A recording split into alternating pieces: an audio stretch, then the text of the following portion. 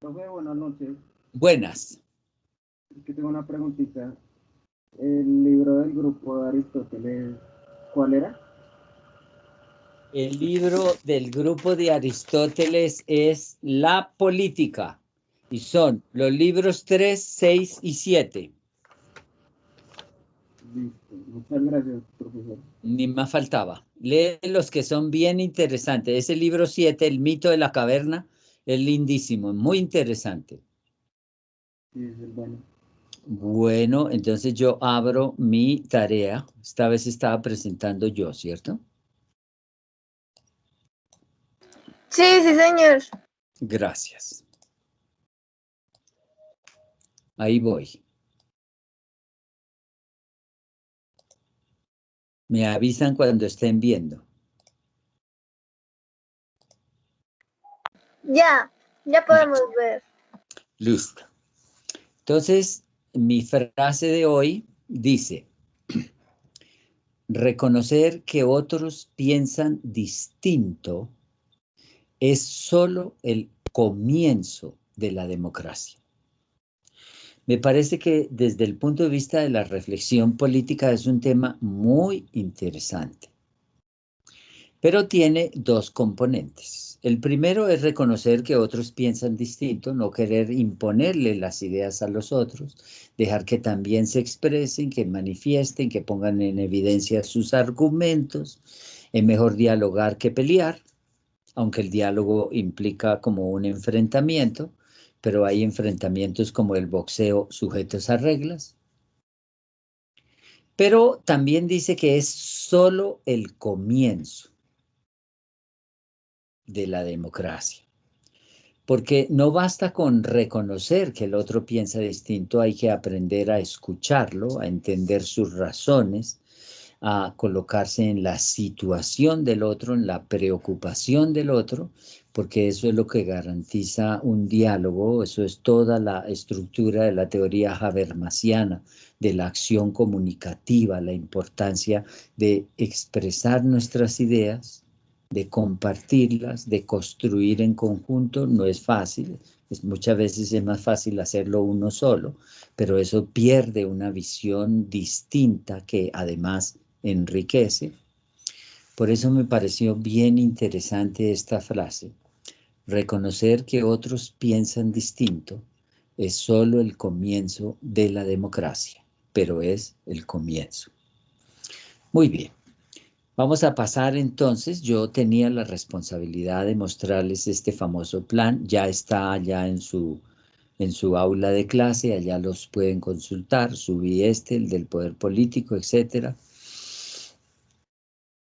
Y les dije que lo había estructurado en estos dos niveles, un primero de análisis de la estructura y un segundo de análisis de las funciones. La estructura en relación con sus elementos y atributos y con los tipos de estado, y la segunda con sus funciones para analizar el punto de su evolución y cuáles son sus funciones actuales. Repito, no es el único plan, probablemente ni siquiera sea perfecto, no es eso lo que estamos buscando herramientas coherentes. Entonces, explicamos el concepto de Estado desde distintos puntos de vista, los clásicos y los modernos, y estaba comenzando entonces la primera parte que estaba relacionada con la estructura del Estado. Y les dije, esa estructura la vamos a analizar desde el punto de vista de los elementos y los atributos del Estado y los tipos de Estado. Vamos a quedarnos entonces con los elementos. Dijimos siempre que hablamos de un estado, se hace necesaria esta revisión de tres elementos que son integradores. No puede faltar ninguno de los tres. Esos tres elementos son la población, el territorio y la soberanía. Y dijimos que si bien eran tres, podríamos de pronto reducirlos a dos, uniendo la población y el territorio, que son el elemento material de esta estructura con el elemento subjetivo o trascendental o espiritual o político que es el tema de la soberanía. Entonces, vamos a mirar ese esquema desde el punto de vista de la población. Pues desde el punto de vista de la población, nosotros podemos enfocar lo que podríamos llamar los tipos y los derechos y deberes de esa población frente al Estado. Esos tipos, esos derechos y esos deberes, pues se pueden seguir desarrollando. Nosotros, por ejemplo, podemos hablar en la reflexión y el estudio de población sobre el número de personas. El censo es un elemento fundamental. Ustedes comprenderán, no es lo mismo gobernar un país de 1.500 millones de personas que gobernar un país de 40, 50 millones o 20 millones, porque los hay hasta de 3 millones. Pero adicional a ese, que es un elemento pues genérico, es importante, pero es genérico, existen otros clasificadores que prestan servicios importantes para la determinación de la planeación de las políticas públicas. Por ejemplo, la determinación del número de hombres y mujeres que integran una población. Por ejemplo, la distribución entre población urbana y población rural. Por ejemplo, la determinación de personas mayores o menores de edad. Por ejemplo, el nivel de formación de las personas, quienes tienen formación superior, quienes tienen formación básica y quienes son analfabetas. Y una de las grandes batallas de la humanidad fue por combatir el analfabetismo y relativamente lo logró. El primer campeón de ese proceso es Cuba.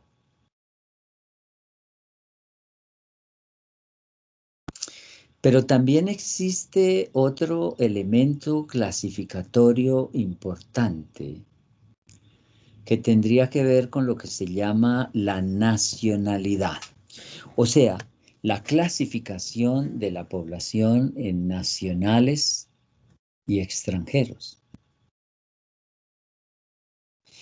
Por ejemplo, la Constitución Política de Colombia. Vamos a revisar un momento.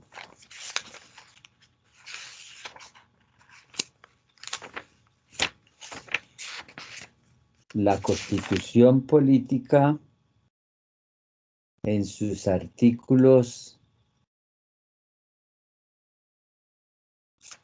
vamos a mirar el artículo 96.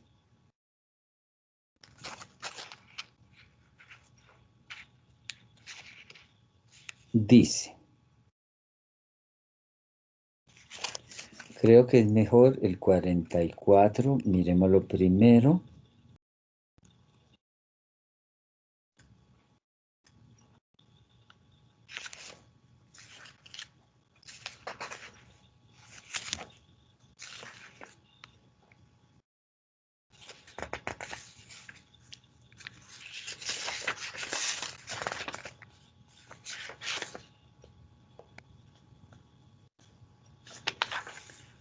No es ese.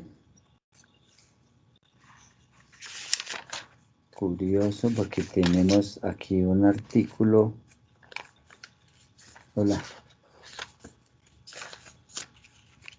Permíteme un minuto.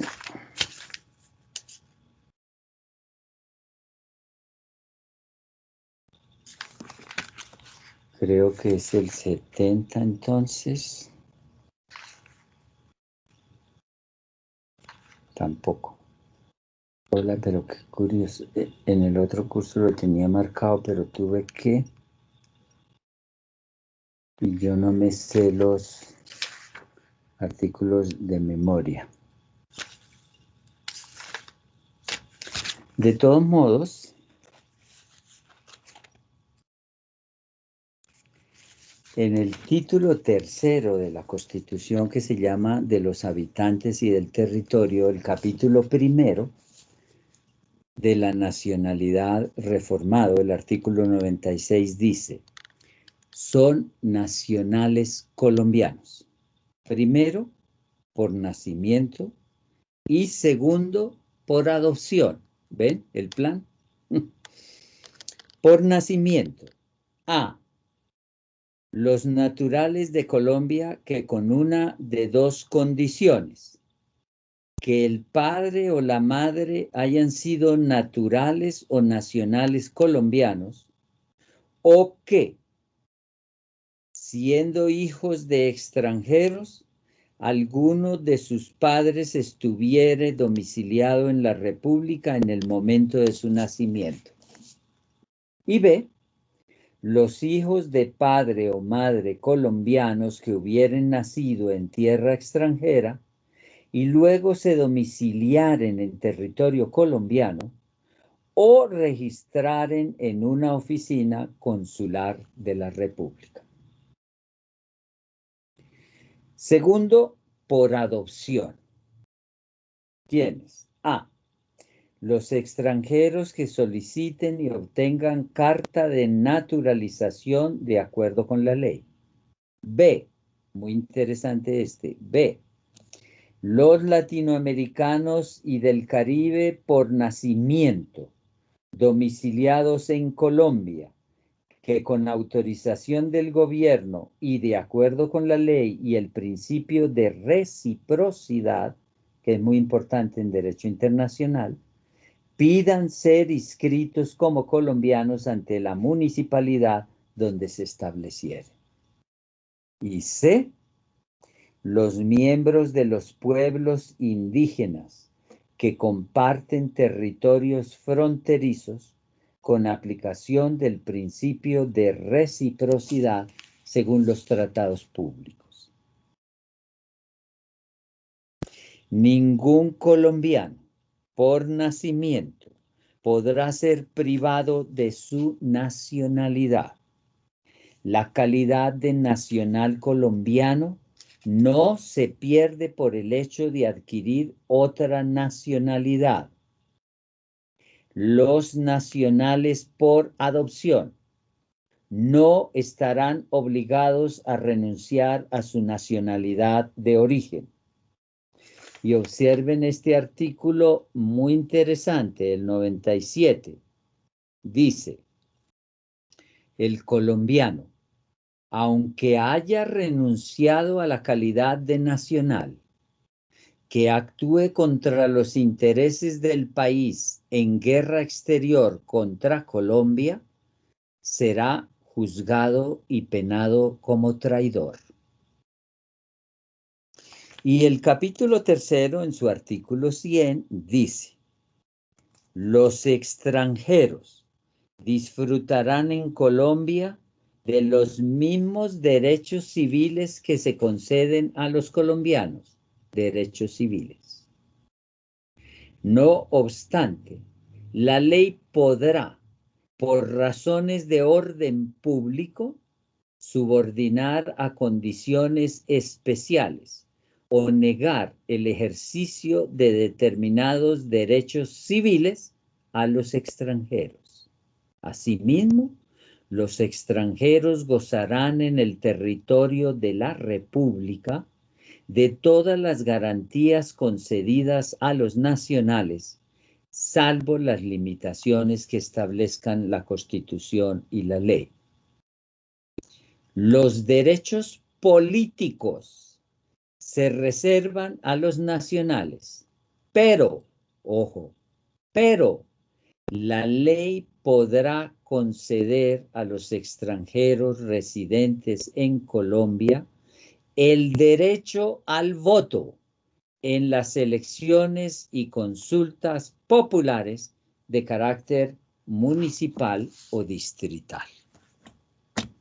Entonces, ustedes se dan cuenta que las constituciones de los estados se preocupan por establecer cuáles van a ser no sus súbditos, sino sus ciudadanos, cuáles son los derechos de ciudadanía, qué beneficios tienen y cómo se organizan.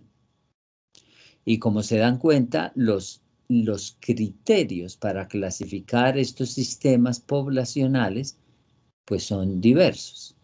En Colombia interesaría saber cuánto es el componente de población afro, cuánto el componente de población indígena, lo que queda, etc.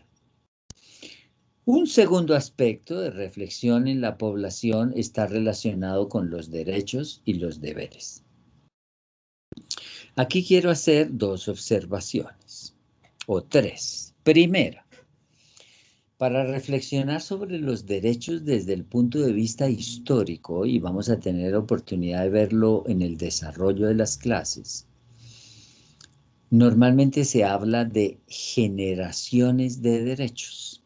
Así como nosotros hablamos de generaciones de computadores, que es de última generación, que es de quinta generación, que no sé qué, también hablamos de generaciones de derechos.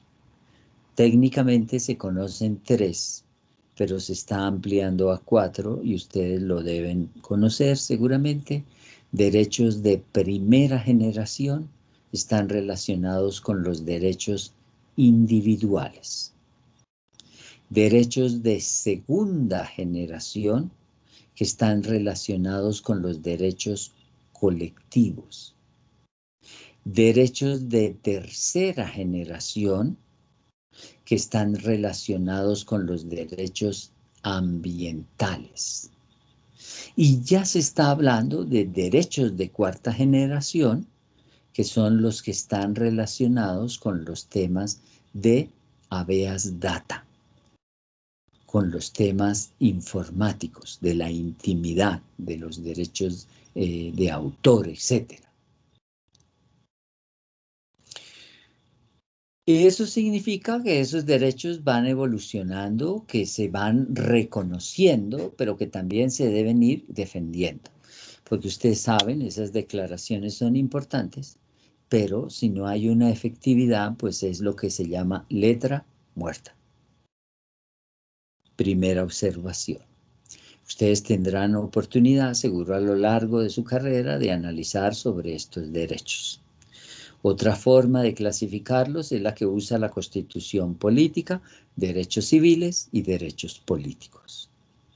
Recuerden que los derechos políticos no son solo el derecho a elegir, sino también a ser elegido. Y a veces eso se olvida. La gente dice, no, usted tiene que votar. Bien.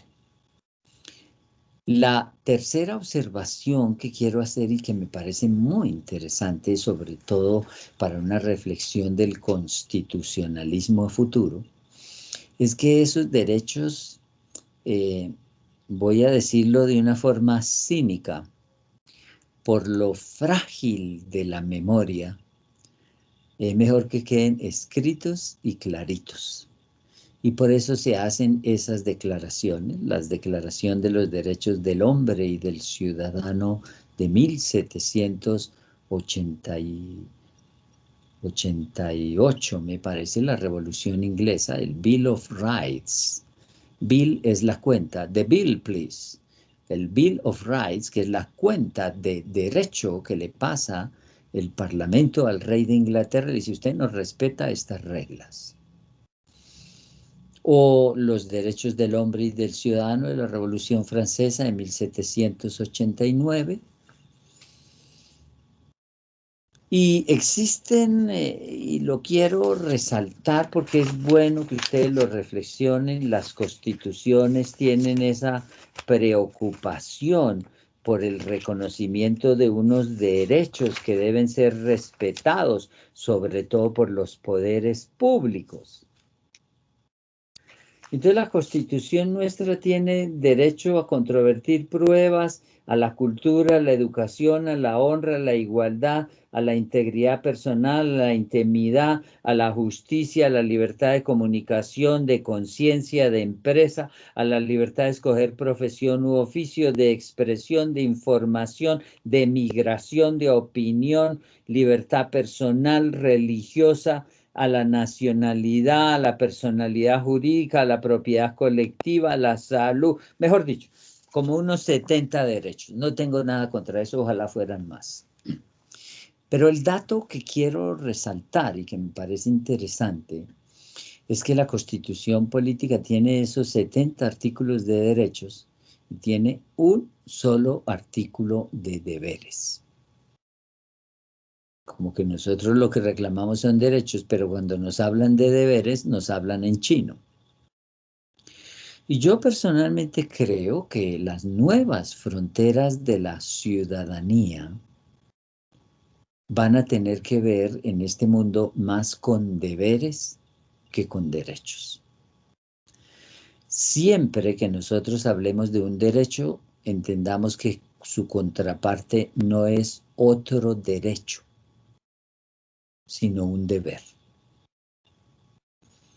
¿Cuáles son los deberes de la ciudadanía?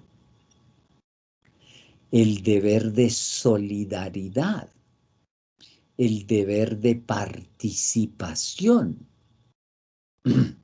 Creo que un desarrollo político constitucional futuro debe ampliar y precisar el nivel de los deberes. Bien. Pasemos ahora al segundo aspecto. Repito, estoy haciendo es un barrido. Cada uno de estos temas admitiría una ampliación. Por eso les dije, este sería como de 4 volúmenes o 5 libros. Pasemos ahora al segundo componente del territorio. Creo que en la clase pasada les dije, hay poblaciones que tienen su territorio pero no tienen soberanía, no son estados. Creo que les puse el ejemplo de los kurdos. Para su desgracia están diseminados en Irak, en Rusia, en Turquía. Los kurdos son una nación, son una población, tienen su territorio, pero no tienen soberanía. Y un ejemplo de pronto más claro son los vascos. Claro, hay vascos en Francia y hay vascos en España, pero los vascos de España han estado luchando, tienen su población, tienen su territorio, no tienen soberanía, no son Estado. O sea, los 3 elementos son necesarios, incluyentes, no se puede excluir ninguno. La población, por obvias razones, usted no va a mandar en un desierto, y si no hay territorio, pues ¿cómo así? La soberanía va a admitir un debate que hará parte de las reflexiones que nosotros haremos sobre los distintos conceptos que se han ido produciendo. El territorio lo puedo enfocar desde 3 puntos de vista. Desde 2 puntos de vista, perdón. Desde la determinación de las fronteras y la organización de ese territorio. Porque los estados han tenido la tendencia a ser cerrados. ¿Cuál es mi frontera? ¿Hasta dónde va? Muestre la línea. Tenemos un problema de frontera aquí con Venezuela, tenemos un problema de frontera con Nicaragua, tenemos un problema territorial de frontera entre Perú y Ecuador, se echaron plomo, ustedes recuerden, hace un tiempo. No, ustedes no recuerdan porque son muy jóvenes. Hubo problemas entre China y Rusia, entre India y China, por territorio.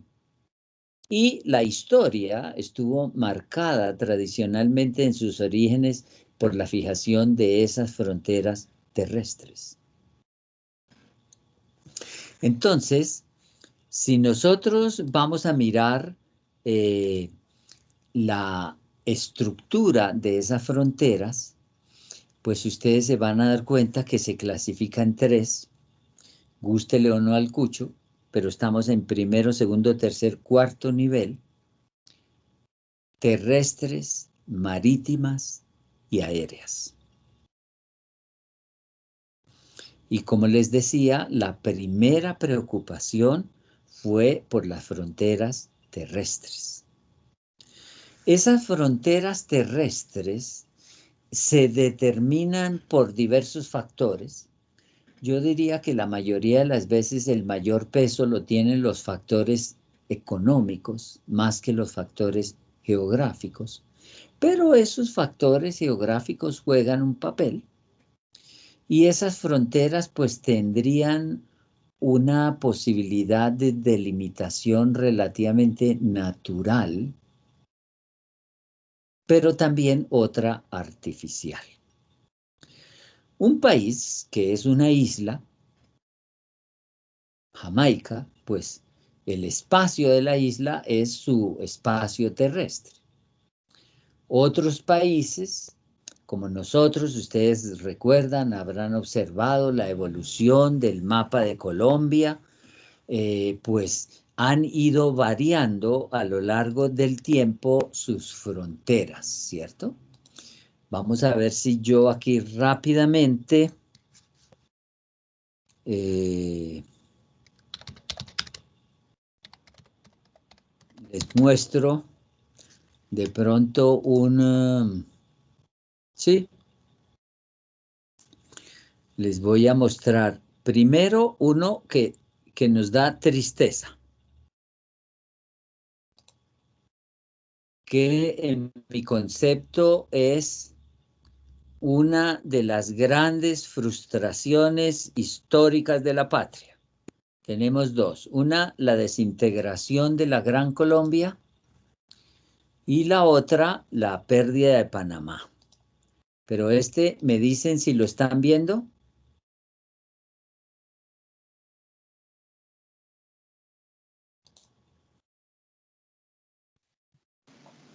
No me funcionó. Sí, señora, ahí se está viendo. Ya lo estamos viendo, profe. Sí, pero no era como yo quería mostrarlo. Permítame un minuto.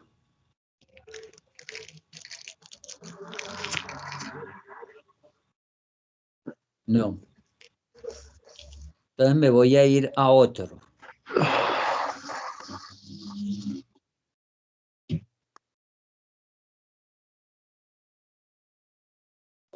¿Lo están viendo ahí? ¿Sí? Sí, profe, ahí se ve.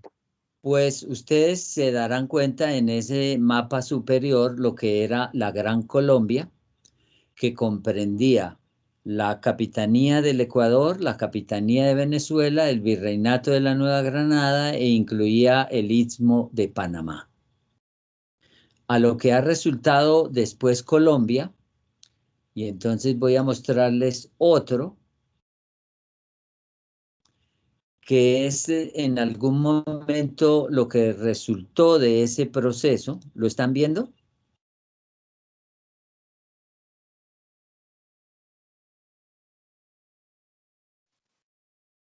Sí, señor.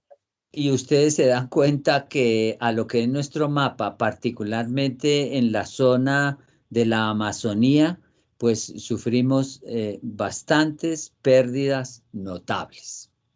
Entonces, ese es un aspecto que quería mostrarles para entender esa dinámica de la fijación territorial.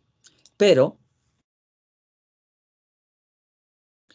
después de que se ha ido concretando un poco esas delimitaciones, surgieron preocupaciones posteriores, en parte porque el mismo comercio o la misma organización y la evolución pusieron en evidencia la necesidad de determinar otras fronteras, y en el proceso histórico la preocupación que apareció fue por las fronteras marítimas. Ustedes lo recuerdan, el ataque de los bucaneros, corsarios, filibusteros, piratas, no eran todos iguales. El ataque de otros estados marítimos, las potencias marítimas que colonizaban, etc. Entonces los estados dijeron, no, minutico, aquí es mejor que nosotros nos organicemos de otra forma. Y entonces en las fronteras marítimas van a aparecer tres conceptos que son fundamentales en el proceso de fijación. El primero es el de mar patrimonial. El segundo es el de plataforma continental. y el tercero es el de zona económica exclusiva. Entonces, la primera preocupación fue, digámoslo, superficial y de mar patrimonial. ¿Cómo fijamos una frontera para que no se metan y atenten contra la seguridad nacional? Pues esto tiene una historia curiosa, porque en sus orígenes los doctrinantes dijeron, la frontera del mar patrimonial va hasta donde va la bala de un cañón. Entonces uno dice, ¿cómo así? Hasta donde va la bala de un cañón. Pero la explicación es lógica, porque solo hasta donde va la bala de ese cañón se puede defender el mar. Entonces los barcos tenían que calcular hasta dónde se podían acercar para no resultar afectados por la bala de un cañón. Lo que sucede, y ustedes concordarán conmigo, es que con la evolución tecnológica, armamentista y creativa del ser humano, hoy con esos proyectiles teledirigidos de cabeza múltiple disparan un proyectil y le da la vuelta a la Tierra. De modo que dijeron, no, ya no vale ese criterio, busquemos otro. Algunos estados no estaban interesados, sobre todo las grandes potencias marítimas, porque ellas querían aprovechar de su tecnología, etc.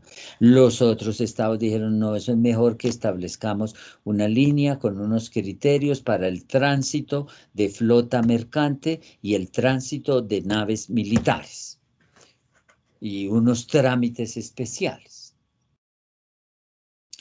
Entonces se genera la teoría de del mar patrimonial que en general cuando no existe una cercanía de estados que dificulte la distribución, pues el criterio son las 12 millas marinas. Pero luego que se estableció este criterio, aparecieron preocupaciones de otro tipo, porque ustedes saben, la Tierra se extiende por debajo del mar y a veces se extiende y cae en picada en talud, en una abisal, como sería el caso de Chile. Pero en el caso de Colombia, que existe una extensión por debajo del agua que es de tierra que se mueve a una cierta distancia, la circunstancia es que esa extensión es rica en minerales, es rica en recursos naturales, es rica en petróleo. Entonces los estados introdujeron el segundo concepto, que fue la plataforma continental. Entonces, frente a esa plataforma continental, pues se van generando una serie de circunstancias que quiero compartir con ustedes para que entiendan cómo es la dinámica.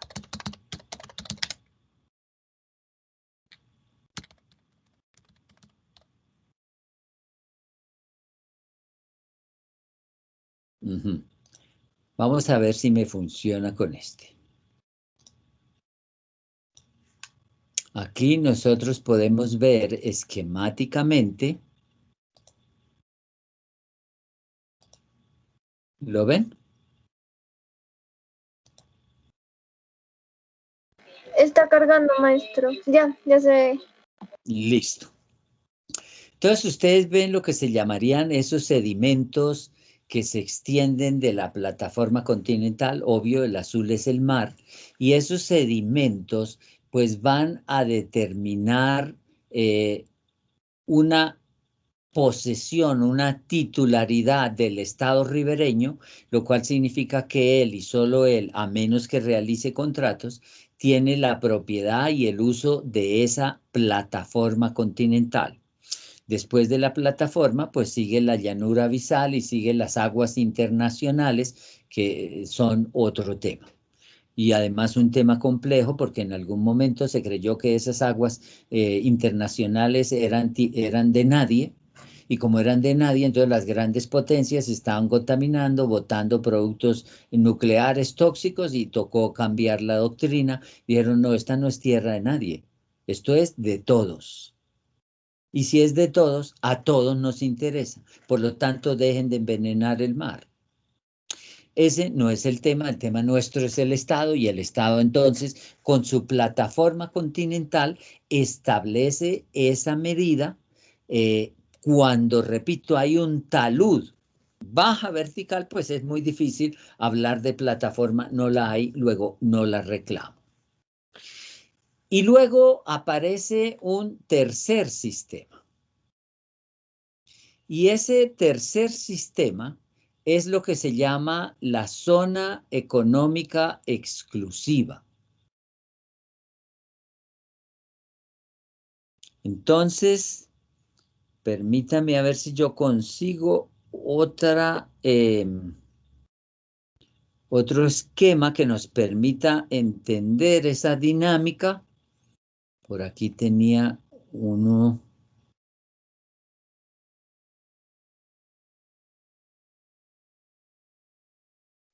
Permítanme.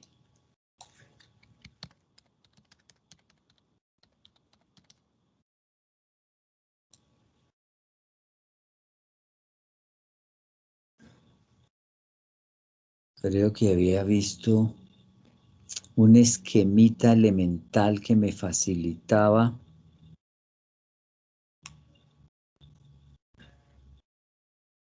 Aquí está. ¿Lo están viendo?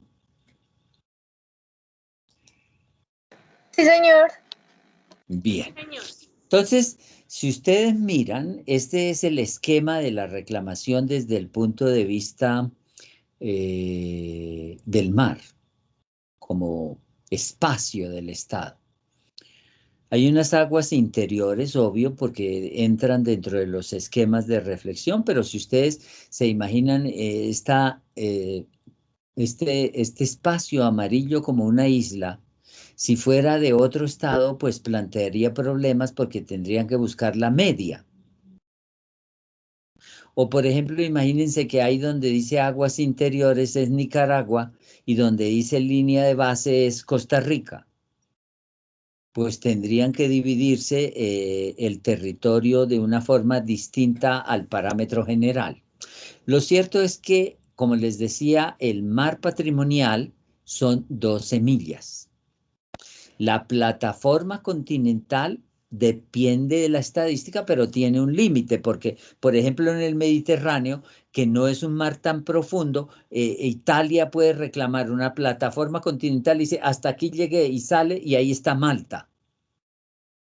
Entonces, no se puede hasta donde vaya, sino que en ese caso hay que buscar unas líneas medias. Todo esto tiene una ciencia, un esquema, yo estoy apenas planteando los criterios generales. Y luego viene este tercer componente que es la zona económica exclusiva. ¿Qué cosa sucedió? Países pobres, subdesarrollados, se decía en esa época, ahora se dice en vías de desarrollo, como Nigeria o como el Perú, le cabe el honor al Perú, pues podían controlar su mar territorial y las grandes potencias pesqueras, la Unión Soviética, Alemania, Francia, Estados Unidos, movían sus barcos en lo que hoy llamamos la zona económica exclusiva, pescaban y se iban. Y los ribereños mirando, muertos de hambre, todo ese proceso, entonces dijeron, no, un minutico. Esos bancos de pez que están contiguos son parte de nuestra riqueza. Si ustedes no se van a pescar a la alta mar, sino aquí, es porque aquí encuentran ese pescado. Entonces, ese pez. Entonces, plantean la hipótesis de las 200 millas y aunque ustedes no lo crean, ahí sí Rusia unida con Estados Unidos, con Alemania, se opusieron. Y digo, le cabe el honor al Perú porque Estados Unidos mandó una flota pesquera y el Perú detuvo unos barcos dentro de las 200 millas y les dijo, ustedes están pescando en nuestro espacio de recurso. Y al final, el nuevo derecho del mar reconoció esas 200 millas. Entonces, como ustedes se dan cuenta, ahí queda planteado ese proceso de la determinación de las fronteras marítimas. Pero quiero tocar dos casos que nos conducen a lo que podríamos llamar trasladar al concreto las problemáticas que pueden surgir.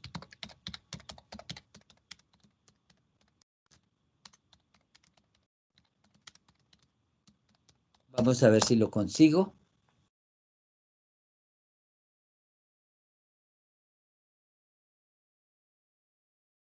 Me equivoqué.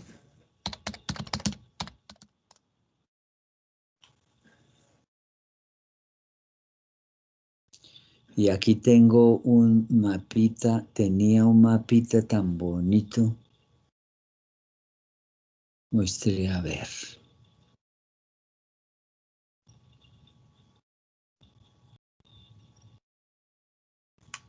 Si no está entre los primeros.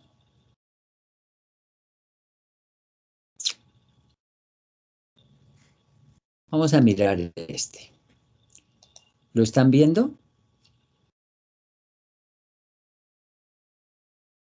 La verdad no, señor. Ah, no, mentiras, ya, está cargando. Que cargo, es como el sitio, el portal de Telesur. Ah, el mapa ya cargó. Sí, pero es que lo quiero ampliado, porque ahí sale... Profe, si da doble clic encima del mapa, donde sale, donde Eso es lo que le doy doble clic ahí, pero entonces me traslada a este, y en este no me resulta el plano completo que quiero mostrar. Entonces me toca buscar otro para que, a ver. No amplía. Entonces voy a buscar otro, pero me interesa es que sea claro.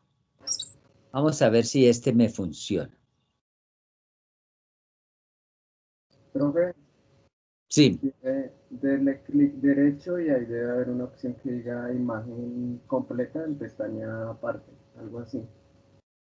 Y ahí ya lo deja ampliar toda la imagen. ya le di copiar imagen, guardar, copiar dirección, enlace. Ese no me funciona. Hola, pero como un minutico, tengan paciencia que este es un tema interesante.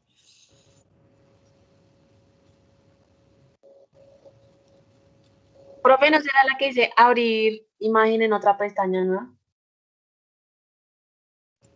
Sí, es esa. Es esa, profe. Abrir imagen en otra pestaña.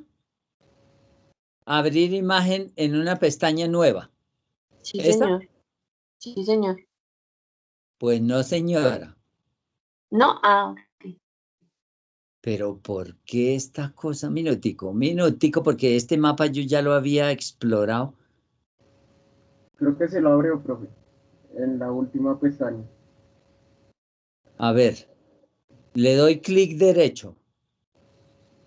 Sí, clic derecho y ahí en abrir una pestaña nueva. No, ahí dice abrir imagen en una pestaña nueva. Sí, abrir vínculo en una pestaña nueva. Ah, no, mentira, no. Ahí está, ¿lo están viendo? Ahí. Listo. Entonces, observen ustedes, Y ahí ya la abrió, profe, mire. Eso es. ¿la están viendo? Sí, señor. Bien. Observen ustedes que ahí está la delimitación marítima de Colombia. Ven la zona azul es lo que vendría a ser marcado tradicional de Colombia y ven una línea que baja vertical, es el meridiano 82. Entonces, aquí hay dos aspectos. Un primer aspecto es la línea azul con lo que tradicionalmente tenía Colombia, Entonces tenía un espacio en Panamá porque Panamá tenía derecho a su espacio también, Costa Rica también. Entonces con Nicaragua se había firmado el tratado Esguerra-Bárcenas, que es toda la línea azul lo que estaba dentro.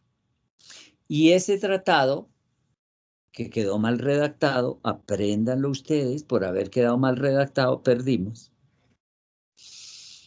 Decía: la frontera marítima entre Colombia y Nicaragua no podrá pasar el meridiano 82. Entonces les pregunto, ¿estaba diciendo que la frontera era el meridiano 82? No. No. Estaba diciendo que la frontera no podía pasar el meridiano 82. Entonces podía ser el meridiano 81, el 80, el 79, no el 83. Ese tratado ha debido decir: la frontera entre Colombia y Nicaragua es el meridiano 82. Pero cuando dice no podrá pasar, la Corte, en su interpretación, aplicó el derecho del mar. Dijo, como establece que no podrá pasar las convenciones sobre derecho del mar, entonces hizo la redistribución que ustedes están viendo.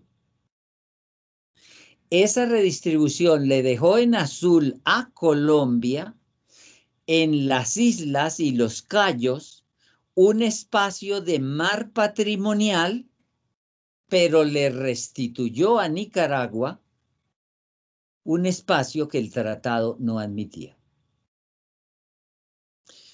La Corte usó el derecho internacional y usó el texto del tratado. O sea, están viendo la cantidad de agua que perdimos.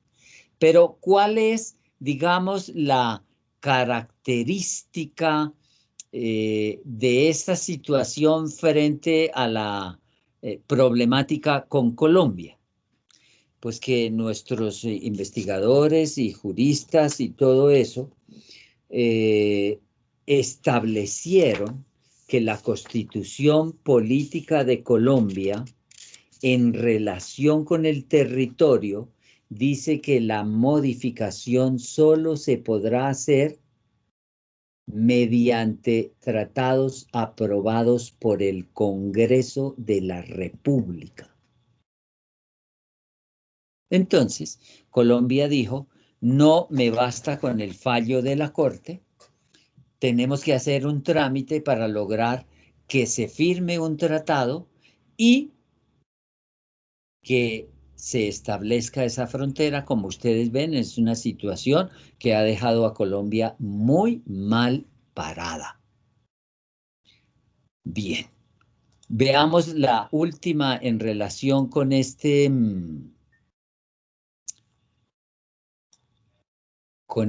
tema, que también seguramente a ustedes les va a interesar. Muestre a ver dónde la tengo. Aquí está. Me avisan si la están viendo.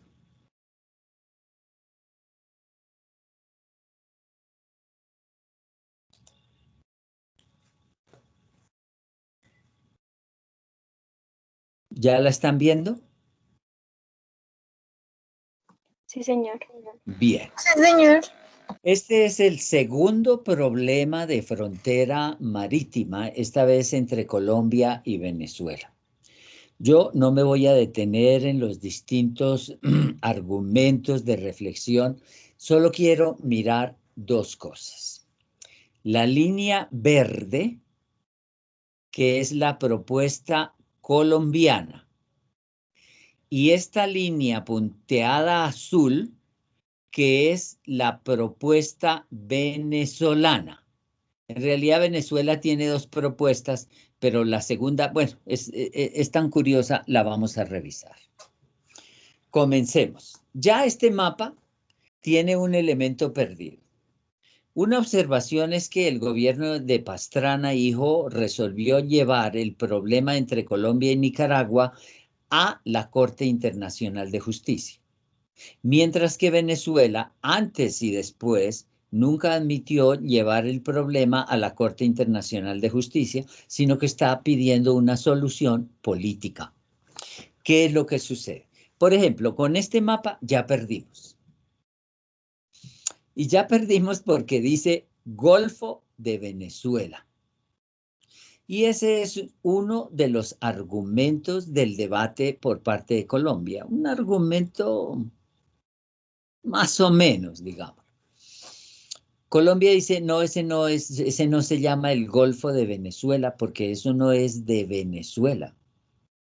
Y nosotros decimos que ese se llama el Golfo de Coquibacoa. Y que el Golfo de Coquibacoa son aguas internacionales. Y como son aguas internacionales y no es el Golfo de Venezuela, pues nosotros participamos, como ustedes ven en la línea verde, participamos de una parte de ese golfo. Entonces, entramos en un pedacito, encontramos la línea media entre Castilletes y Punta Salinas y de ahí subimos derecho para extender con la otra parte del Caribe que ustedes vieron en relación con Nicaragua.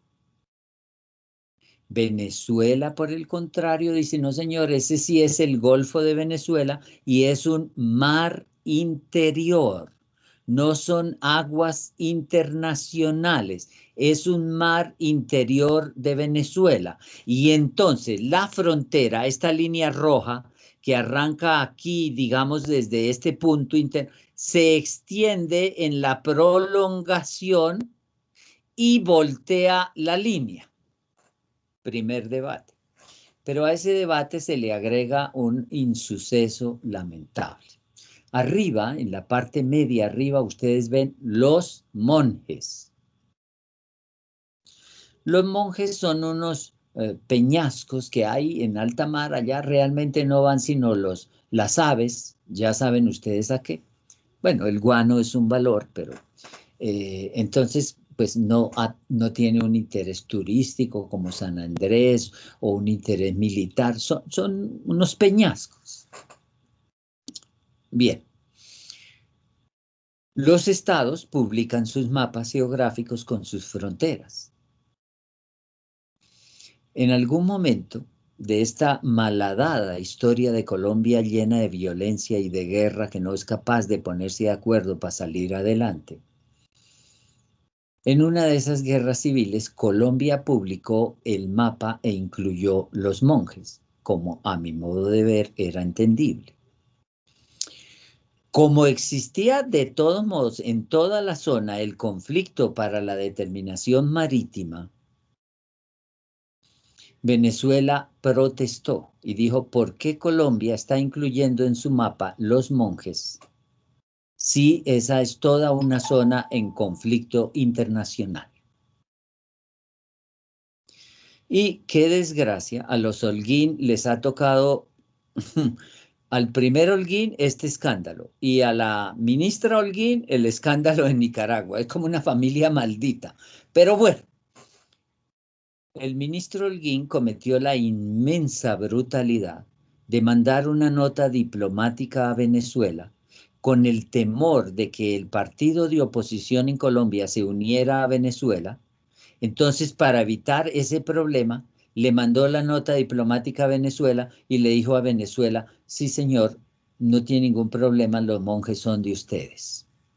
Entonces, Venezuela dice, esta es mi línea, este punto aquí que está al pie de la línea roja, sube la media y voltea por el derecho de los monjes, parte este pedazo de Colombia y sube al exterior. Ahí se están dando cuenta ustedes del problema. La última tesis, porque la tesis roja es como una propuesta que tampoco Colombia ha aceptado, pero la tesis punteada desde Punta Espada, ¿ubicaron a Punta Espada? está basada en una hipótesis, bueno, no es original de Colombia, creo que es creo que es de Uruguay o Paraguay, la famosa teoría de la costa seca. Y esa teoría dice que como el Golfo de Venezuela es un mar interior, ese mar interior, cuando las aguas de Venezuela avanzan, avanza Venezuela. Y cuando retroceden, retrocede Venezuela. Es la costa seca.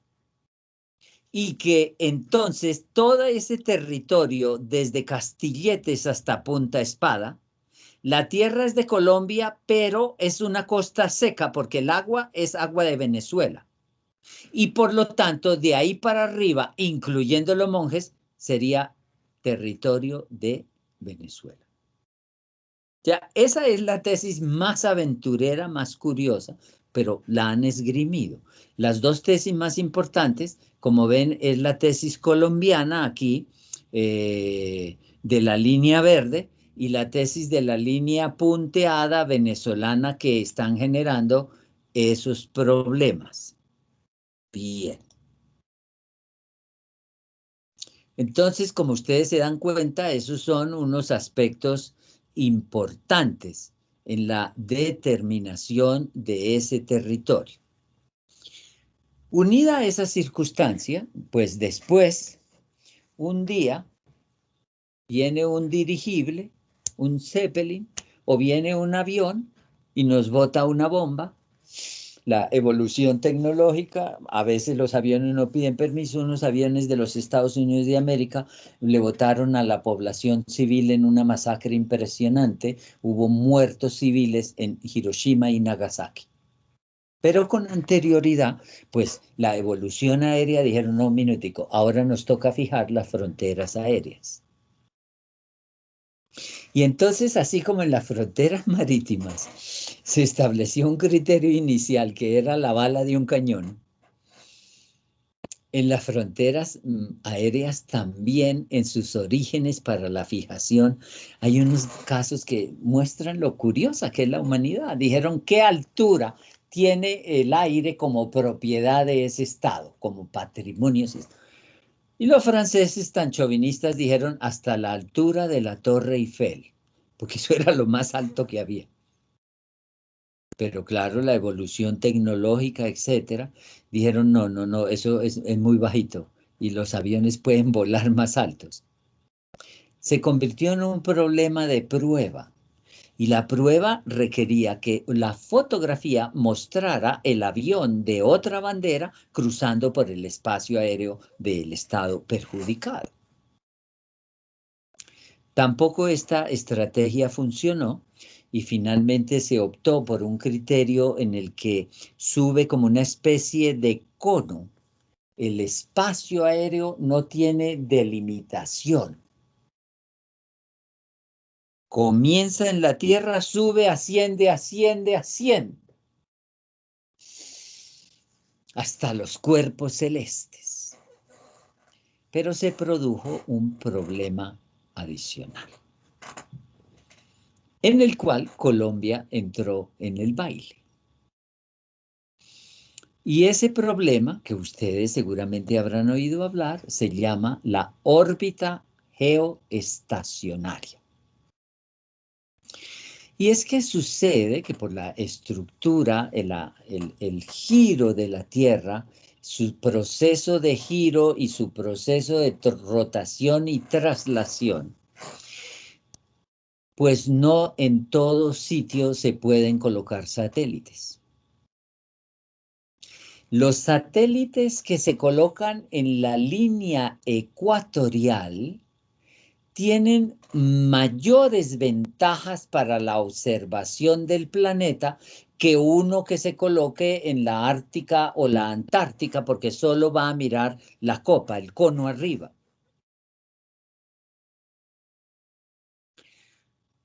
Y entonces, pues las naciones más evolucionadas pusieron sus satélites en la zona ecuatorial, perjudicaron a Ecuador, no perjudicaron, sino en el territorio del espacio aéreo de Ecuador, por eso se llama Ecuador, por la zona ecuatorial, de Colombia y en África, creo que en Nigeria, República Centroafricana, las que van en la zona ecuatorial. Pero esos son 5 gatos. Y esos 5 gatos protestaron. Y dijeron, oiga, ¿usted por qué me puso un satélite aquí arriba mío? Págueme. ¿Y por qué le voy a pagar? Porque usted lo está colocando en la zona ecuatorial. Y entonces esas grandes potencias se inventaron otra tesis que yo creo que ahí Colombia le va a costar mucho trabajo, están mucha dificultad. ¿Vieron cómo? Esa zona ecuatorial es patrimonio común de la humanidad. Y si ustedes quieren, pongan sus satélites también, háganle. Entonces, Colombia, ¿cuál? ¿Un satélite? ¿A qué horas? Entonces, ustedes están viendo esas problemáticas de derecho internacional que cobijan cuestiones políticas. Ustedes ven entre Colombia y Venezuela siempre un debate político con Nicaragua, etcétera. ¿Qué tienen que ver con este aspecto del Estado en su estructura territorial? Ahora, en relación con su organización como territorio, pues nosotros podemos hablar de una organización nacional y de una organización regional, o de una organización global. Si llegan los marcianos, yo les he dicho, ya todo está distribuido, no hay un pedazo de tierra. Sale un pedazo de isla del mar y ¡pum!, le clavan la bandera. Esa es nuestra. Entonces ya la tierra está repartida.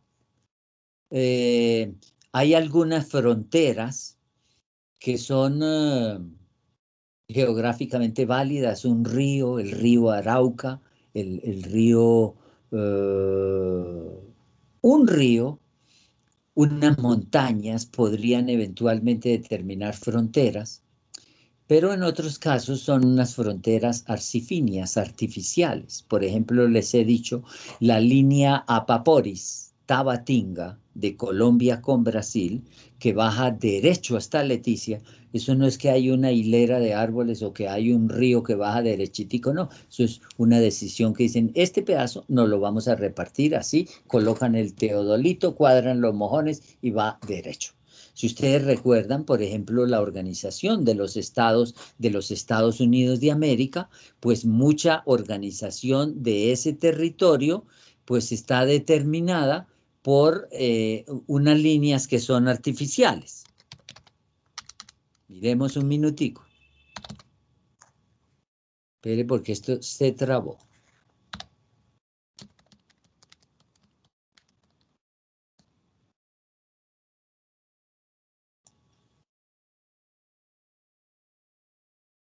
Aquí hay uno que podemos ver como rápido, porque mi interés es que lo vean.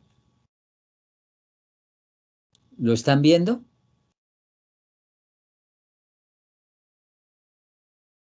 No, Evi. no, señor. Sí, señor. Listo. Sí, es que demora un poquito, pero ustedes se dan cuenta que esa distribución en algunos sitios, la Florida, pues la frontera marítima, todas las fronteras marítimas de California, etcétera, pero la frontera con Canadá y la frontera de Utah, Wyoming, Kansas, Dakota, Nuevo México son cuadrados. Eso no es que hay una carretera o hay una línea de árboles, no, son delimitaciones artificiales que fijan por mutuo acuerdo. Entonces, existen varias posibilidades, ¿cierto? Bien.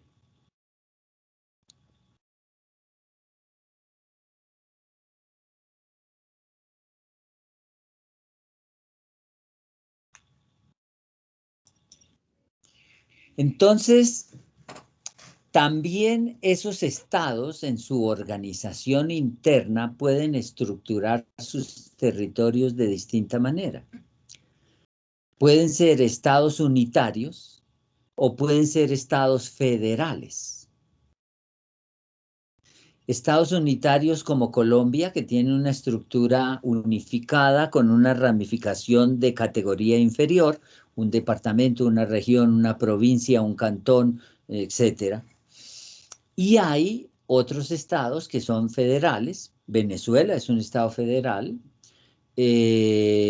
Brasil, México, Estados Unidos, Alemania, la Federación Rusa.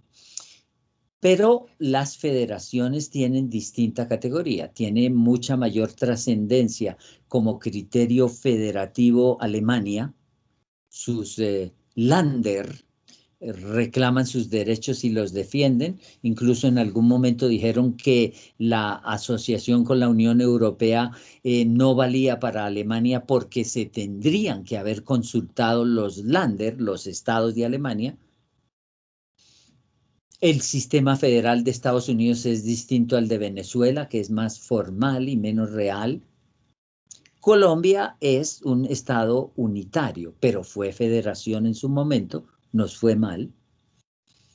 Los Estados Unidos de Colombia, la Confederación Granadina, pero después se organizaron como con toldo aparte y generó unos problemas que a la postre hicieron que desafortunadamente el sistema federal no funcionara. Hoy se está hablando más de un sistema regional como posibilidad y se está hablando, ustedes lo estudiarán en profundidad, de la descentralización administrativa. Bien. El tercer elemento de la estructura de un Estado es la soberanía. Y esa soberanía ha tenido evolución. Porque cuando ustedes analicen, y tendremos oportunidad de revisarlo con Hobbes, sobre todo con el Leviatán, en sus orígenes lo que importaba era el soberano. Y el soberano era la persona, y la persona era el monarca, y el monarca era el poder absoluto, y él representaba, y él era el dueño del Estado. Entonces era una soberanía, que es una palabra de origen francés, souveraineté, supremacía. ¿Quién es el supremo? Era el rey. Entonces, esa supremacía le concedía un poder absoluto. Y el poder absoluto corrompe absolutamente en la medida en que un pueblo evoluciona, que se da cuenta, que analiza, que critica, pues dijo, ¿cómo así que nos impone las normas? Él no las respeta y además se porta de una manera arbitraria, manda a la gente a la cárcel, la expropia, etcétera. No. Y comienzan las batallas del poder, que son las que vamos a estudiar en su evolución. Entonces aparece lo que llamaríamos la soberanía nacional. Ya no es el monarca, sino los representantes del pueblo, la nación, a través de sus representantes en parlamento, congreso o asamblea, la que ejerce la soberanía. Pero el proceso evoluciona al pasar de la soberanía nacional a la soberanía popular. La soberanía nacional se vincula con el principio de representación, que es la teoría de Montesquieu y de John Locke. Mientras que la teoría de la soberanía popular se vincula con el principio de participación, cuyo exponente más importante es Juan Jacobo Rousseau. Entonces, ese proceso de ese componente de soberanía como ejercicio de poder va a ser uno de los elementos que vamos a estudiar a lo largo de los teóricos que vamos a analizar y los efectos que van teniendo en la realidad nacional. Yo ya les leí a ustedes ese famoso artículo o tercero o cuarto, no me acuerdo bien cuál era, vamos a ver. Artículo tercero. La soberanía reside exclusivamente en el pueblo, del cual emana el poder público. El pueblo la ejerce en forma directa, cuando hay referendo o plebiscito, o por medio de sus representantes en los términos que esta Constitución establece.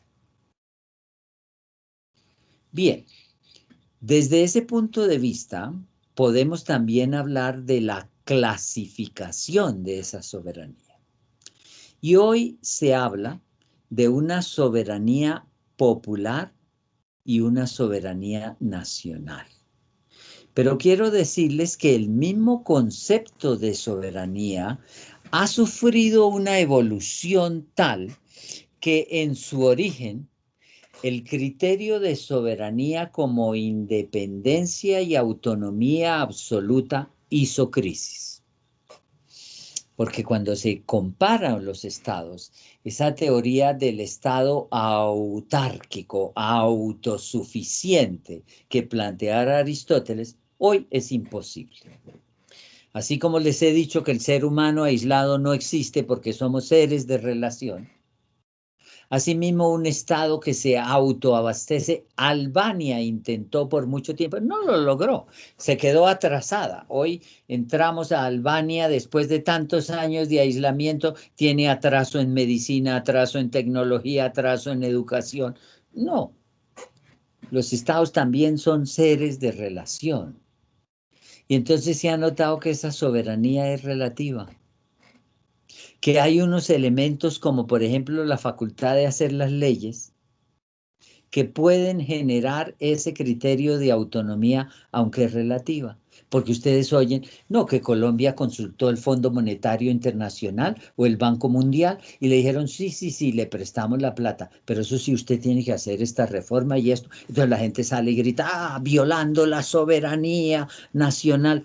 Puede ser cierto, pero la realidad es esa, es como cuando es un hecho, perdóneme que lo digan así, pero usted va a un banco a pedir un préstamo y tiene que demostrar que no necesita la plata, o si no, no se lo prestan. Eso es increíble. Bueno, hoy ha facilitado un poco más la situación, pero ahí vamos. Entonces, existen unos teóricos que dicen ese concepto de soberanía va a haber que cambiarlo. Y de pronto lo mejor es hablar de independencia y autonomía.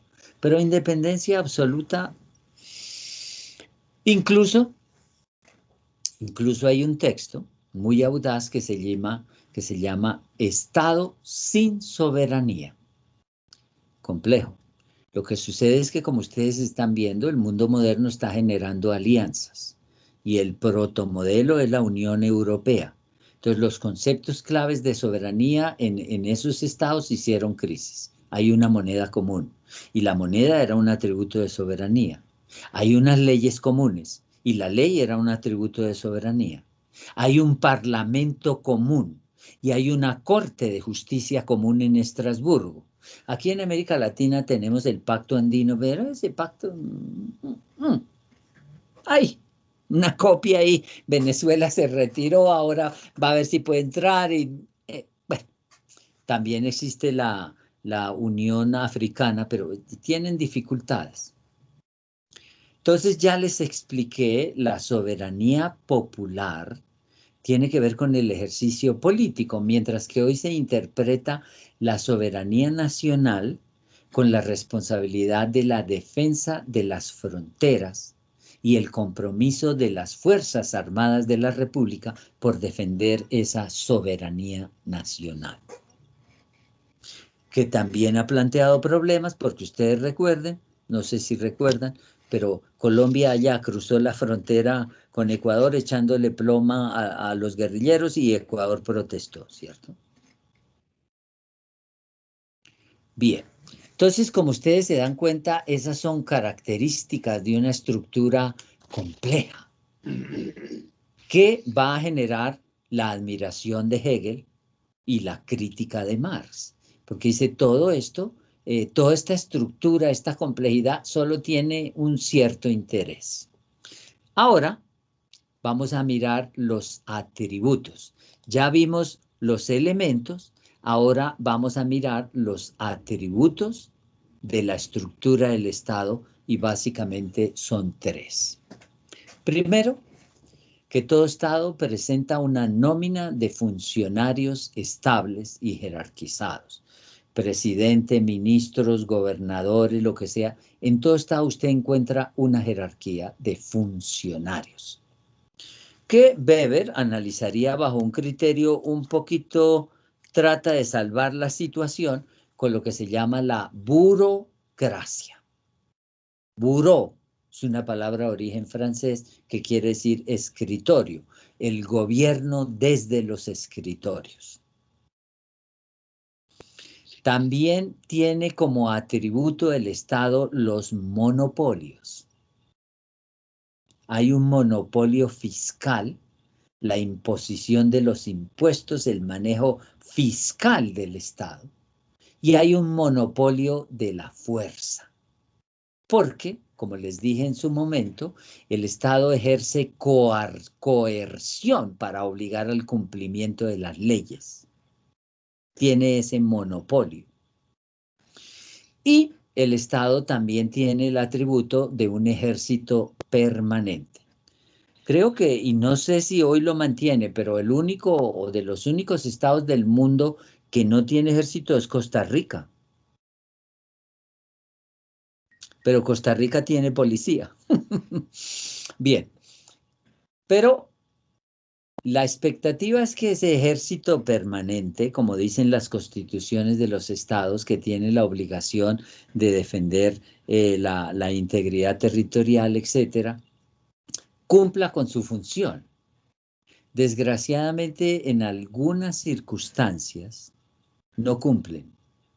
Y por eso en países como Colombia, algunos dijeron aquí no llega el ejército, no garantiza la presencia del Estado, entonces nosotros vamos a sacar una fuerza paralela, que son los paramilitares. Entonces el ejército dijo, no, eso no, el gobierno dijo, eso no son paramilitares, ¿no? Y los paramilitares que en un principio pudieran argumentar que como no llega el Estado y se tienen que defender, al final se convirtieron en paracos. Es decir, la implicación negativa de la idea. Los atributos básicos del Estado son esos: funcionarios estables, monopolio fiscal y de la fuerza y un ejército permanente.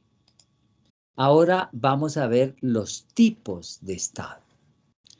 Los tipos de Estado, según su organización, centralización, pues ya les dije, pueden ser unitarios o complejos. Y ya analicé esas federaciones a nivel general, les puse unos ejemplos. En Alemania se organizan como Länder, en Italia como provincias. No es lo mismo la Inglaterra que el Reino Unido o que la Gran Bretaña. Inglaterra después tiene que unirse con Escocia y con Irlanda, y los irlandeses tampoco están muy contentos. Ustedes saben que han generado problemas. Un primer problema es que eran como partidarios de unirse con las fuerzas de Alemania de Hitler, gravísimo. Un segundo problema ahora cuando Inglaterra dijo, nos salimos de la Unión Europea, los irlandeses dijeron, nosotros no. Nosotros no queremos salirnos, y eso pues plantea unas dificultades particulares porque, repito, no es lo mismo Inglaterra que el Reino Unido, que la Gran Bretaña o como el Commonwealth, que incluía en su momento a Canadá, Australia y todo lo que era el territorio británico. Según su ámbito internacional, ¿cuáles serían los tipos de Estado? Pues uno habla de superpotencias, potencias y microestados. Superpotencias que ejercen a veces un poder invasivo, un poder, se consideran o son los guardianes de la libertad, de la tecnología, de qué sé yo. Ustedes saben de quién estoy hablando. Han evolucionado. España en algún momento fue una superpotencia. Grecia, la Magna Grecia o el helenismo de Alejandro Magno, uno de los imperios más grandes del mundo, más grande que Roma, el Imperio Romano, etcétera, han ido evolucionando Inglaterra en su momento, la reina de Inglaterra, la reina Victoria, la coronaron emperatriz de la India, pero la Segunda Guerra Mundial le pasó cuenta de cobro. Es superpotencia, pero de otro nivel. Ustedes ven, se reúnen los 7, cuáles entran en la foto, cuáles no. Rusia, China, y estamos nosotros, que por orgullo propio nos llamamos las potencias. Digo potencias porque cuando se miran los tratados internacionales, siempre en esos tratados dice las altas potencias contratantes. Somos nosotros las potencias. Y también existen los microestados, que no por ser microestados los debemos descuidar. Algunos de esos microestados son paraísos fiscales y son de una estructura muy sólida. Suiza es un estado muy pequeño, muy fuerte, pero también están Andorra, Liechtenstein, Bután, Nepal. Hay algunos que ustedes no habrán oído nombrar, Vanuatu, Tuvalu, yo qué sé, unos microestados por allá en el Océano Pacífico, pero está Mónaco, que tiene una influencia, o el estado de la Ciudad de Vaticano, o el estado clerical de Monte Athos en Grecia. Entonces, algunos de esos microestados pues juegan un papel interesante en el concierto internacional de los estados. La neutralidad suiza pues resultó ser conveniente y necesaria y respetada, porque en algún momento España, la España de Franco dijo en la Segunda Guerra Mundial, soy neutral, pero no se lo creyeron porque Hitler y Mussolini le habían mandado tropas para ayudar a derrumbar la República. Bien, pasemos ahora a la segunda parte, que son las funciones. Entonces dijimos que esas funciones tienen una evolución y vamos a analizar cuáles son las actuales. Vuelvo y les repito, estos planes tienen un propósito descriptivo y ese propósito descriptivo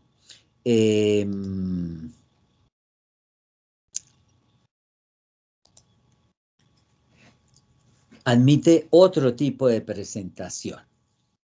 Bien, les dije entonces que si analizamos el estado por su evolución, podríamos plantear 3 hipótesis.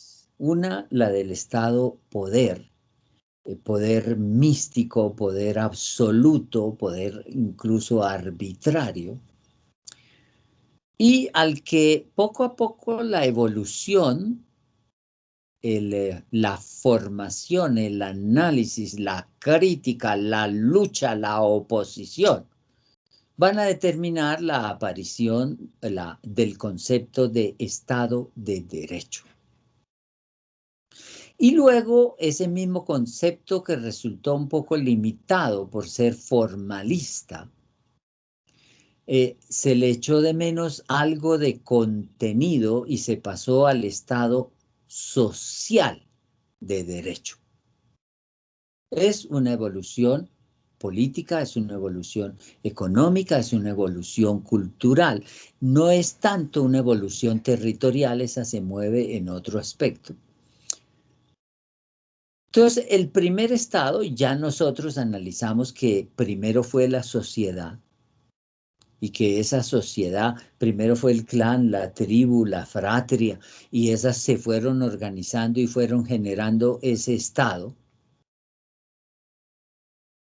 Pero era un estado de poder, lo vimos cuando analizamos el poder político, que hay un estado inmediato, personalizado, absoluto, religioso, místico.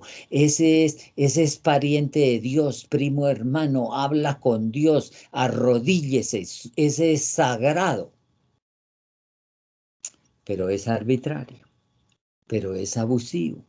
De pronto, ese personaje carismático, el faraón era el hijo de Ra, o sea, de Dios. El emperador de la China era el hijo del cielo.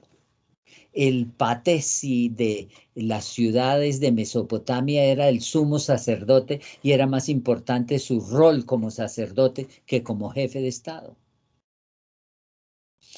Entonces, esa concentración de poder mandaba a la cárcel, expropiaba, mandaba a ejecutar, mandaba a la guerra, mandaba a latigar. Dijeron, no, un momento. Hay un abuso de poder, porque hay una concentración. Y usted ejerce poder legislativo, es decir, usted hace las leyes, pero no está sometido a ellas. Usted es el ejecutivo porque usted manda a sus ministros y pone de ministros a sus primos, los marqueses, los condes, los duques. Los burgueses y los judíos son chusma. Y esa burguesía se marea, se organiza y se hace profundamente revolucionaria. Y le corta la cabeza a los reyes. Y no sale sangre azul, sino sangre roja, como la de todos. Entonces, establecen como unos convenios, unos pactos. El antecedente remoto es la Carta Magna, 1215, que le dice al monarca, usted quiere imponer impuestos, nos tiene que consultar. Ese tema de los impuestos, a mí me parece que es un tema que está implícito en todo el proceso. Creo que les dije, mi profesor de Hacienda Pública, Alfonso Palacios Rudas, que fuera ministro, eminente hombre público, experto en economía política. Alfonso Palacios Rudas nos decía que cuando lanzaron a Adán y Eva del paraíso, el ángel con su espada flamígera les dijo, y pagarás impuestos el resto de tus días. Y salió. No nos libramos. Todo candidato dice, no voy a poner impuestos. Cuando llega, mire aquí el problema de la reforma tributaria, mire el problema de la canasta familiar, etcétera. Los Estados Unidos en Boston les iban a poner impuestos y sacaron una regla sagrada, que hoy es sagrada de la economía política, que dice, no taxation without representation. No nos vamos a dejar meter impuestos si no nos dan representación para hablar. Y miren aquí doña Manuela Beltrán arrancando el impuesto de la alcabala, que fue el comienzo de la crisis. Y miren los españoles poniéndonos impuestos para enfrentarse contra Napoleón, pero a nosotros no nos citaron. Los criollos se marearon, dijeron, quieren que les demos la plata, pero a nosotros no nos llaman a las juntas. Se establecen unas reglas y el Estado de Derecho estructura un esquema para limitar al poder público. Por eso les digo, un dicho popular dice, un funcionario público puede hacer lo que la Constitución le permite, mientras que un ciudadano puede hacer lo que la Constitución no le prohíbe. Entonces ese Estado de Derecho le va a decir al monarca, sí señor, usted es, pero es un monarca constitucional, lo va a analizar Hegel, lo va a analizar Montesquieu, Rousseau, etc. Y ese monarca constitucional y ese presidente de la República tiene estas funciones, lo elegimos así, dura así, tiene estas responsabilidades, etc. Es decir, salió elegido presidente de Estados Unidos ante el presidente de la Corte Suprema. ¿Jura usted cumplir la Constitución? Presidente de Colombia ante el presidente del Congreso, que es el presidente del Senado. ¿Jura usted cumplir la Constitución? Es una formalidad, es un ritual, pero es un símbolo. Y esos símbolos ayudan. Por eso yo les digo, si en Colombia hay homicidios, ¿votamos el Código Penal? No, hay que buscar es que se cumpla, luchar por la Constitución, por lo que dice, por esos principios. Pero el esquema del Estado de Derecho como preocupación por el cumplimiento de las normas hizo crisis. Y entonces, frente a esa situación, se ha buscado que el Estado esté Sí, respetando una formalidad, como les digo. Voy a poner este ejemplo a ver si me lo entienden.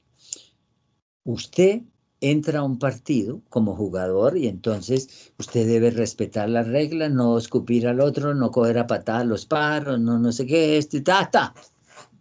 Digo los pájaros porque ustedes recordarán que son expertos en fútbol, que un jugador le dio una patada a una lechuza que entró al estadio y se armó. Bien. Frente a esta situación, hay que darle una orientación. Usted si va a jugar, respeta las reglas, pero por favor, el gol. The goal, en English, es el objetivo. Se dice, which one is your goal? ¿A qué aspira? ¿Qué es lo que quiere? Entonces, no, a tener un estado ahí para recoger impuestos, pero ¿para qué?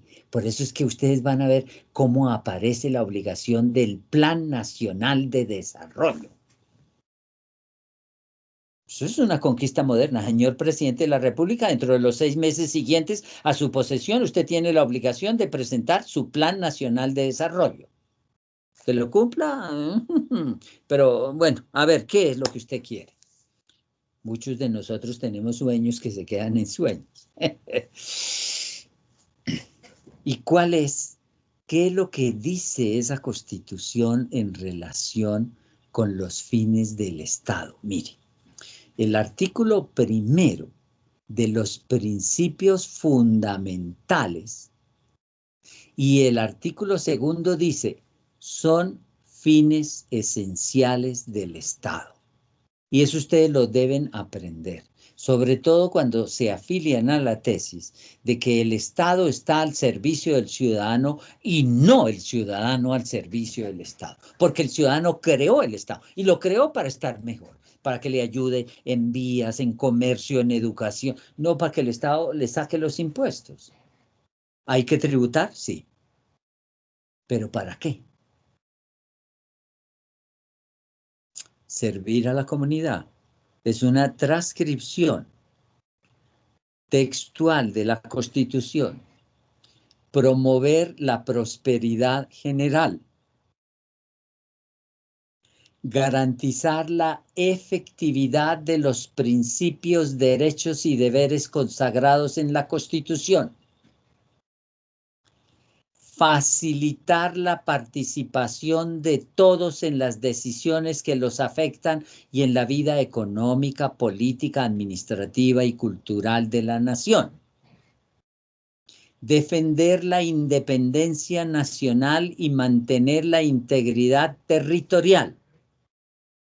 Y asegurar la convivencia pacífica y la vigencia de un orden justo. Mire, por eso les toqué el término orden y el término justo, no cualquier orden. Y luego dice ese artículo, las autoridades de la República están instituidas, ustedes, mañana, en sus cargos, para proteger a todas las personas residentes en Colombia, en su vida, honra, bienes, creencias y demás derechos y libertades, y para asegurar el cumplimiento de los deberes sociales del Estado y de los particulares.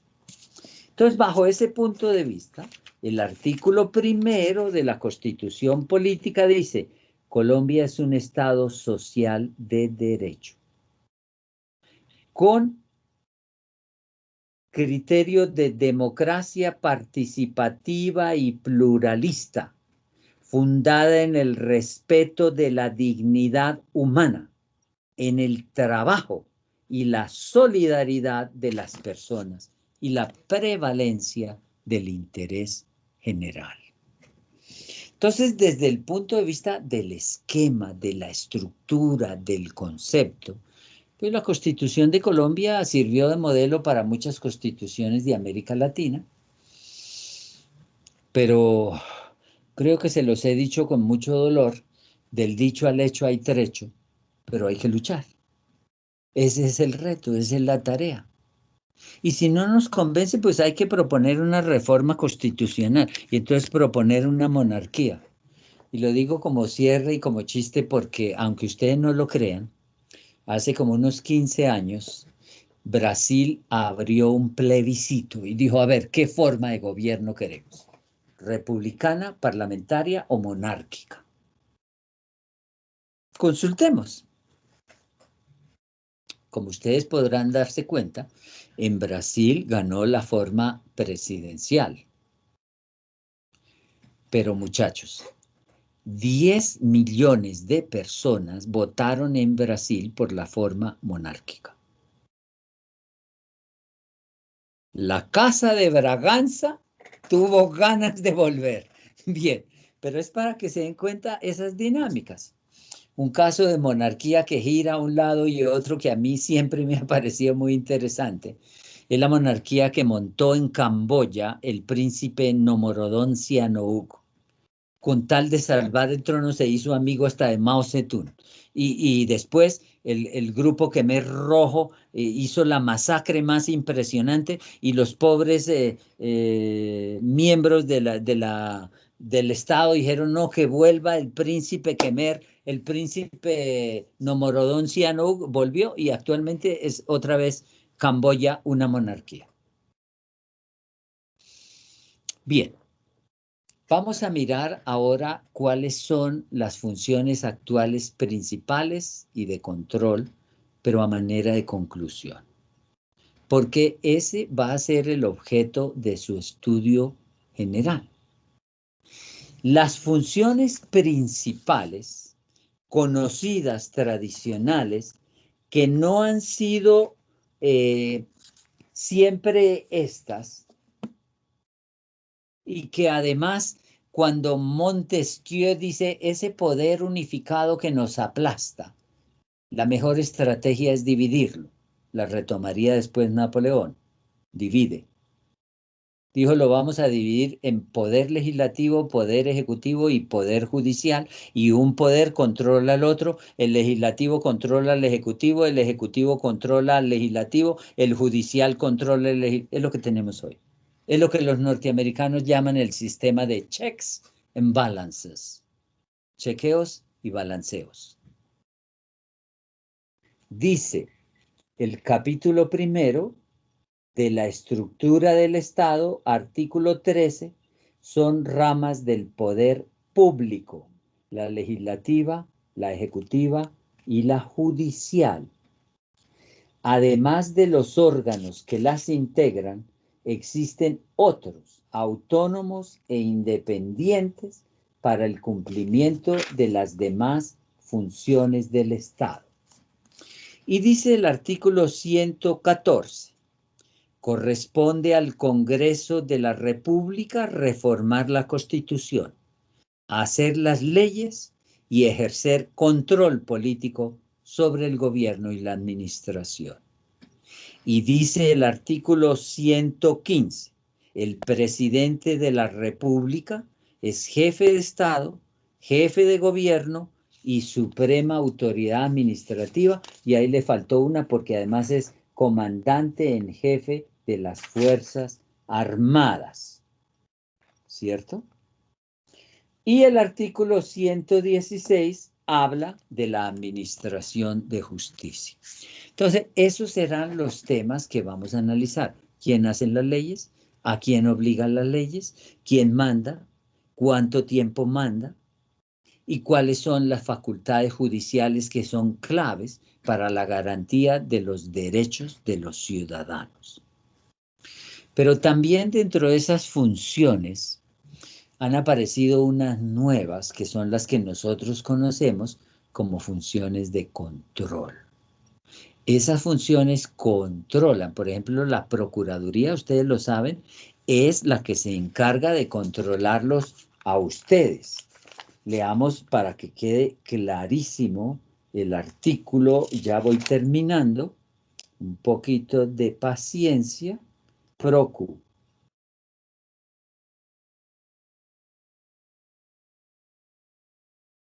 Artículo 279, para que ustedes lo vayan apuntando. Ese artículo 279 dice,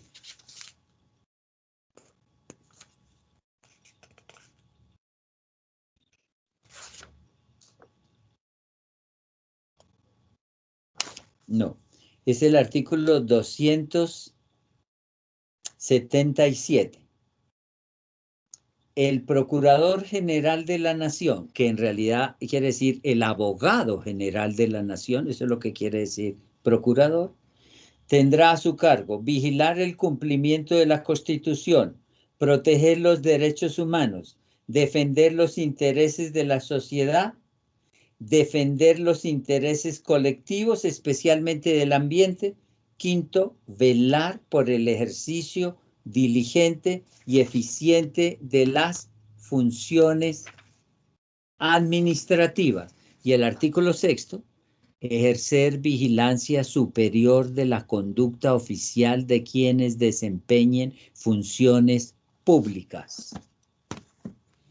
Toda esa hace, y la Procuraduría y la Contraloría se ocupa del control de la gestión del gasto. Entonces, todo esto para demostrar simplemente la complejidad de esta estructura. Después nosotros podríamos, o ustedes lo harán en su proceso, analizar la eficacia de la Contraloría o las nuevas funciones de la Contraloría o la estructura administrativa de la Contraloría o los mecanismos para la elección de la Contraloría. Pero lo que hemos hecho aquí es un mapa descriptivo.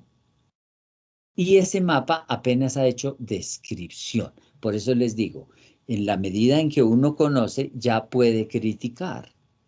Y las críticas, la esperanza, como diría Benjamin Franklin, la esperanza es que podemos aceptar las críticas de quienes estén dispuestos a ayudar. Porque una crítica destructiva, esto no sirve, no. Entonces proponga. Muy bien, cierro con mis conclusiones. Primera, el Estado es una institución política, por eso la escogimos. El Estado es una institución de carácter político que evoluciona. Segunda, sin población, territorio y soberanía no existe Estado. Tercera, los Estados presentan hoy distintos tipos o formas, desde el Estado unitario hasta los Estados federales. Cuarta, la división del poder del Estado en ramas es una conquista moderna. No siempre fue así. Quinta, el estadio más avanzado, el proceso más avanzado de Estado es lo que hoy conocemos como Estado social de derecho. Y sexta, a las tradicionales ramas del poder público se han agregado en la modernidad los organismos de control e incluso en algunos países la rama electoral. Eso era lo que quería mostrarles como esquema de un plan. Ahí lo ven, a una profundización que no pretendo en los procesos nuestros, pero que sí nos muestra las posibilidades de análisis de un tema. Jóvenes, les agradezco mucho su atención y su presencia. ¿Alguna pregunta? Dudas, quedan muchas, pero lo interesante es que nos muestre, sigo mostrando. No quiero saber cuál es mi conocimiento del Estado porque me tocó acudir a esos mapas, a esos planos, leí la Constitución, no es eso.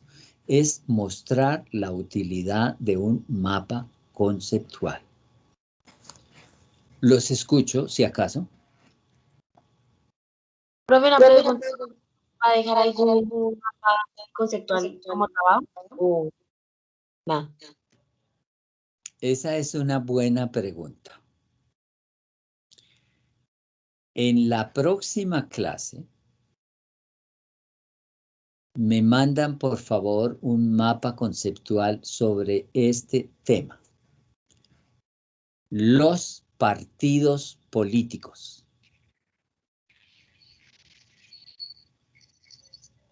Los partidos políticos.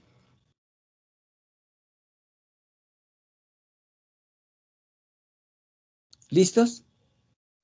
Profe, pero los partidos políticos digamos en general, en el transcurso de la historia o Mira, Giancarlo, yo no dije historia de los partidos políticos, pero sí dije los partidos políticos. Quiero ver de la lectura que ustedes hagan cómo organizan esos planes y en la próxima clase los revisamos. Profe, ¿se lo mandamos al email, como siempre? Sí, por favor. Señores, muy Gracias. buenas noches. Muchas gracias. De mi parte les mando un fuerte abrazo de oso de anteojos. Listo. Ingrid, muchas gracias. Daniela, Hasta mañana a todos, que descansen. que descansen. Muchas gracias por su atención y su paciencia. Y nos vemos martes. A usted, profe, muchas gracias. Muy amables.